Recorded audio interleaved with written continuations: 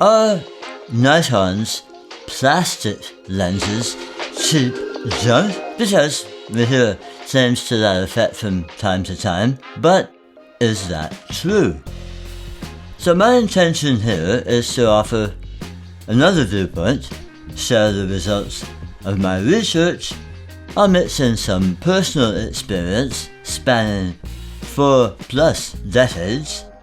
Hopefully that'll add some perspective. Hi, Ray here.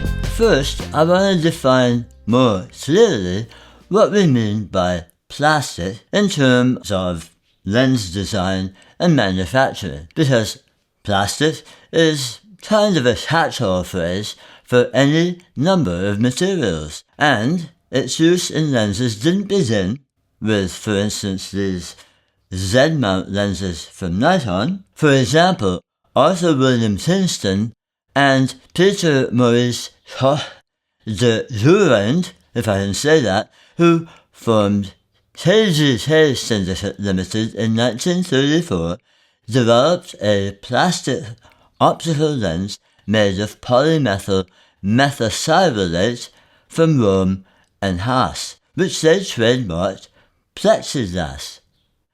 Koch liked to demonstrate the lens's durability, and I'm not going to do it here, by bouncing them off a table. Products, photographic and otherwise, that now use plastics in place of metal.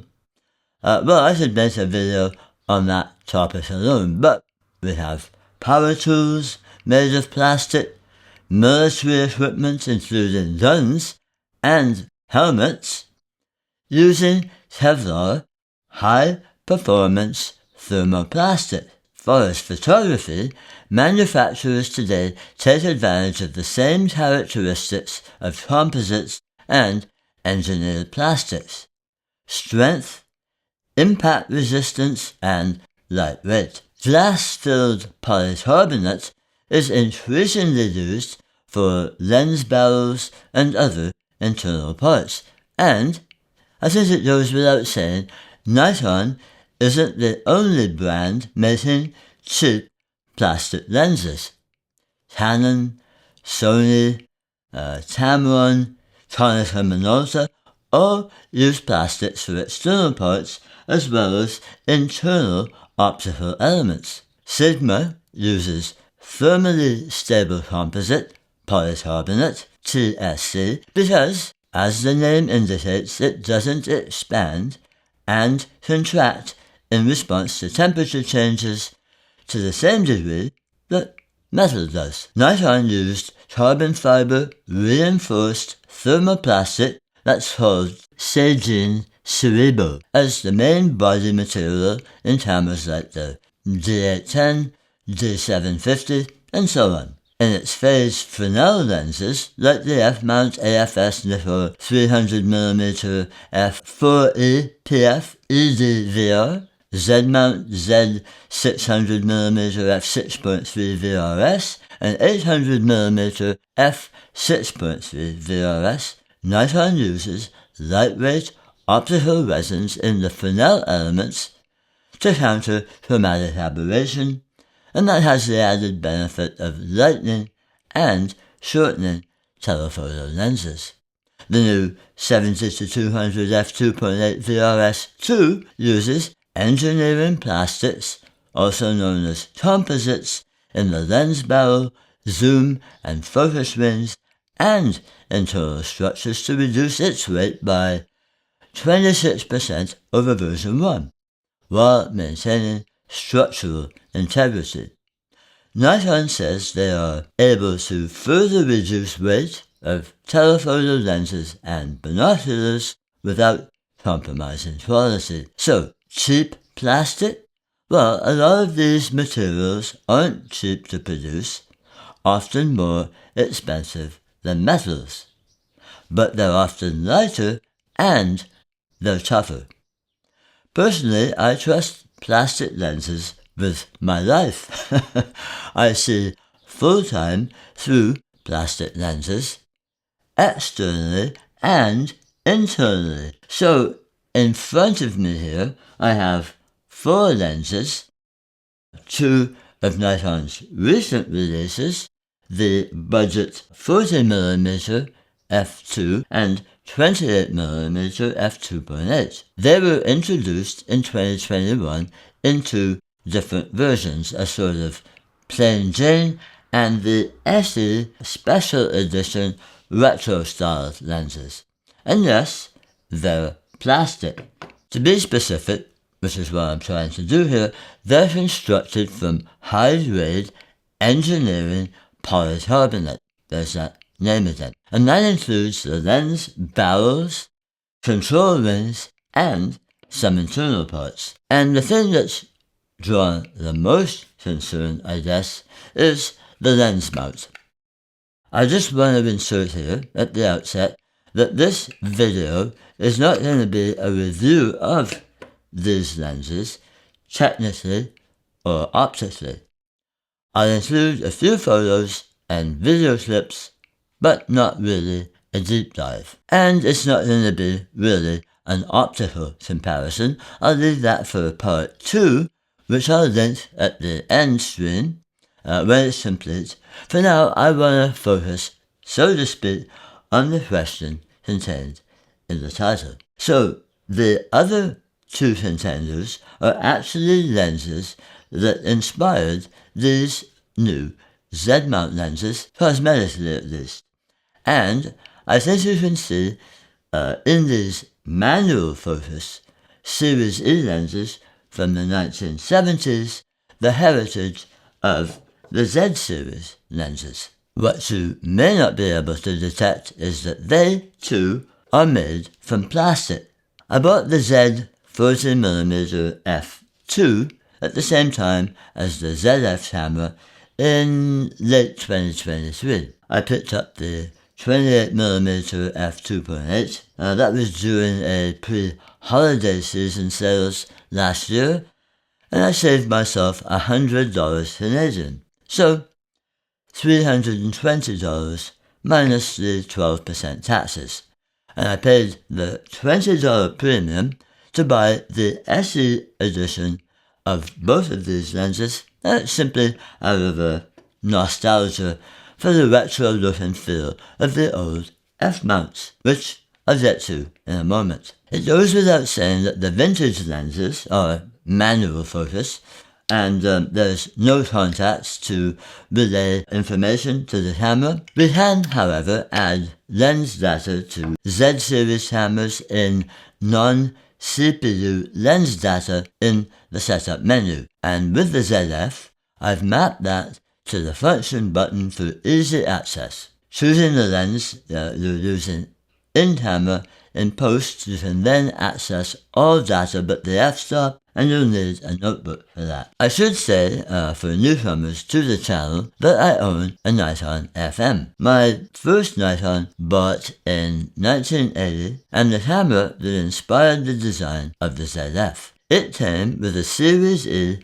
50mm f1.8, exactly the same lens I bought with that first FM. The Series E lenses were to use Nikon's Z-mount S designation for its best Z-mount lenses, the non-S-Line lenses of the day, and were in fact constructed with many engineered plastic components. This 50mm 1.8 has a plastic lens barrel, focusing ring, etc. It was incidentally developed by Soichi Nakamura, creator of the professional targeted 28-45 4.5 and the 35-70 3.5 zoom Nicholas, and the co-creator of the famed Nikon 200mm f2. Series E lenses also included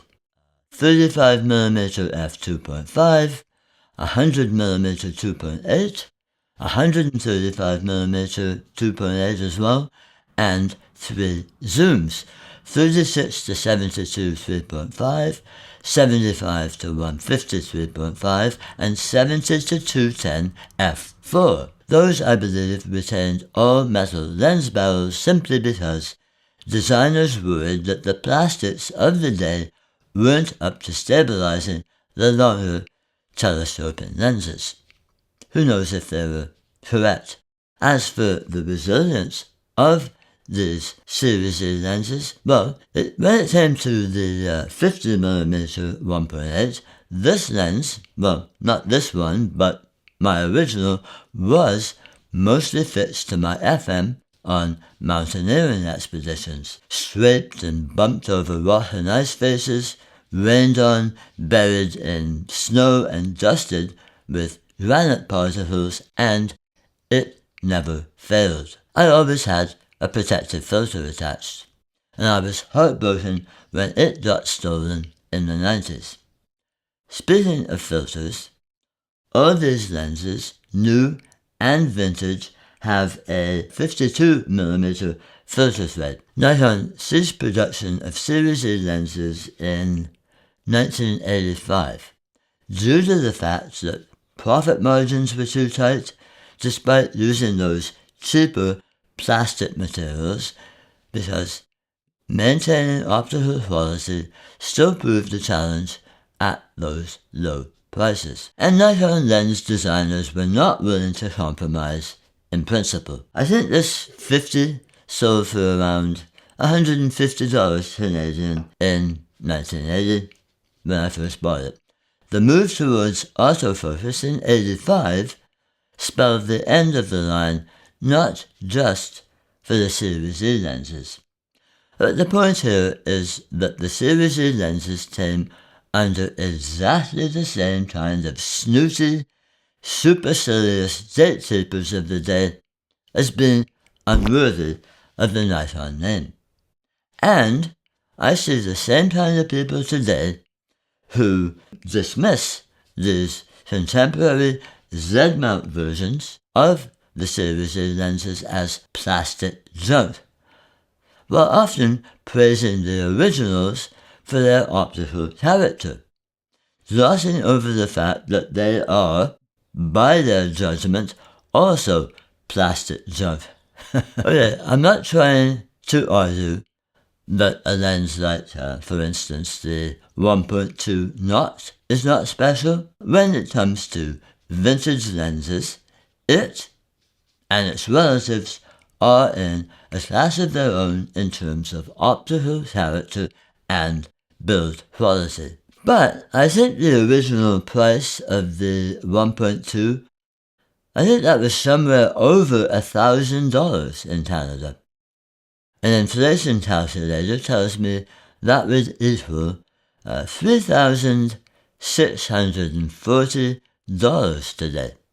For a more relevant perspective, $1,000 was almost a month's wages for me at the time.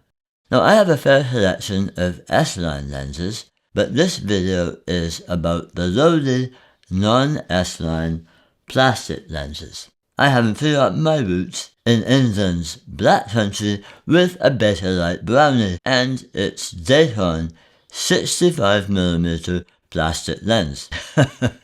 These plastic lenses are wonderful for video as well, all of them, and which again I'll examine in a follow-up. Personally, I haven't experienced any problems with the plastic mount, while admitting to a certain amount of trepidation around Nikon's choice here, which may be just my vintage prejudice at play, because these all have metal mounts. The more expensive 26mm has a metal mount as well, as does the competitively priced Voltrox Z 40mm f2.5, which I reviewed a while back. Again, I've had no problems with the 40mm or the 28mm over the time that I've had them. And not that I've bashed them around in the mountains, but the 40 in particular has seen plenty of use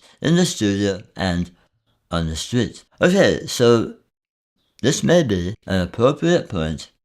I just want to pause here a moment to say a bit more about these Series E lenses, because, as I say, I had the 50mm 1.8 from day one with my FM, which I made thousands of photographs with, and it helped pay the rent for years. Now, while I was preparing this video, I stumbled on a copy of its most popular partner in the 80s, the 28mm f2.8. So these two lenses, going on serial numbers, were manufactured in the 80s, with the 28mm, the newest, that was made towards the end of the series production in 1985. Since I don't know their history, in terms of use, I can only go on their cosmetic appearance, which is pristine, absolutely beautiful. No internal fungus or scratches on the rear or the front elements, so I would assume that they were lightly used.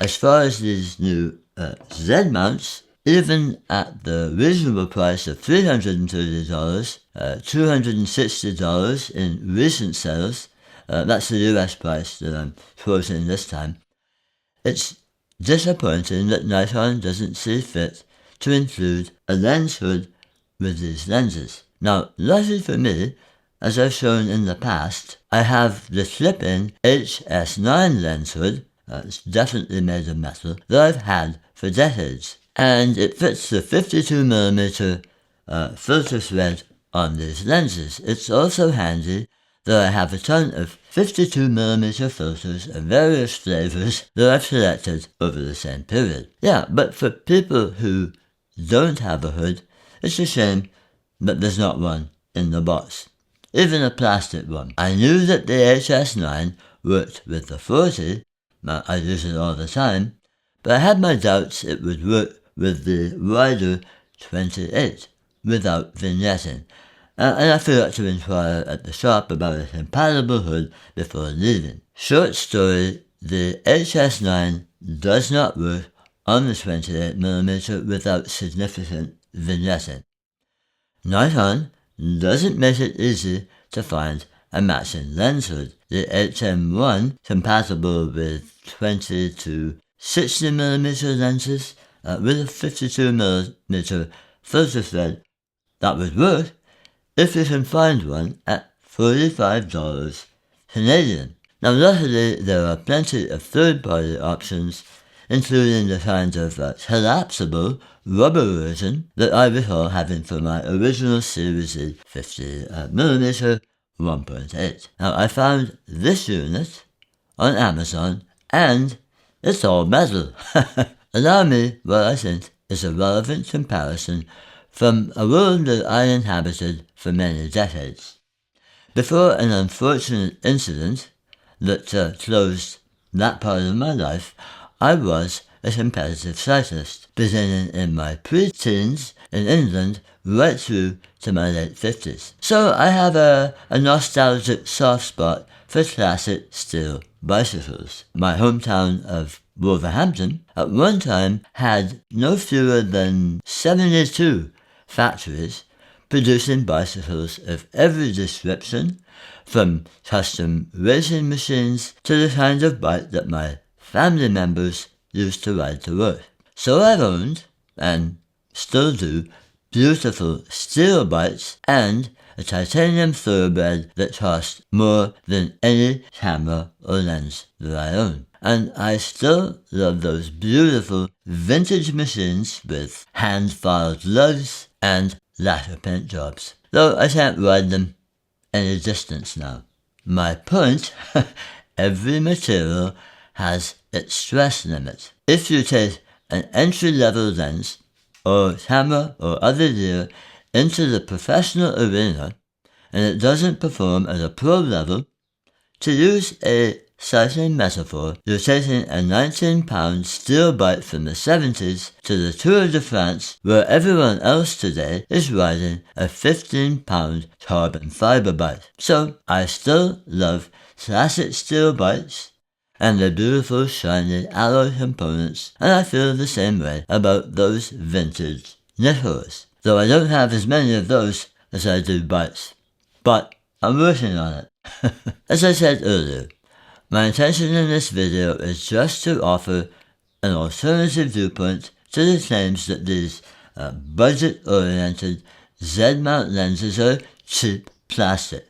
So I'm not going to make it longer than it's becoming by examining optics more closely, other than to include a couple of comparison shots, as I said. I'll leave that to a follow-up video that takes a closer look at the optical characteristics of both Series E lenses compared to their closest contemporary relatives that I've just introduced here. If it needs saying, it's my opinion that these two Z-mount lenses are well worth the asking price, especially when they're on sale, usually with a discount somewhere around $100. Yes, as I mentioned, there are some competitive third-party options, like the Viltrox 40mm f2.5 that I've reviewed, and it has a metal lens mount. I'm not aware of any other 28mm f2.8 that compares to the Nikon Z, at least not at the price point.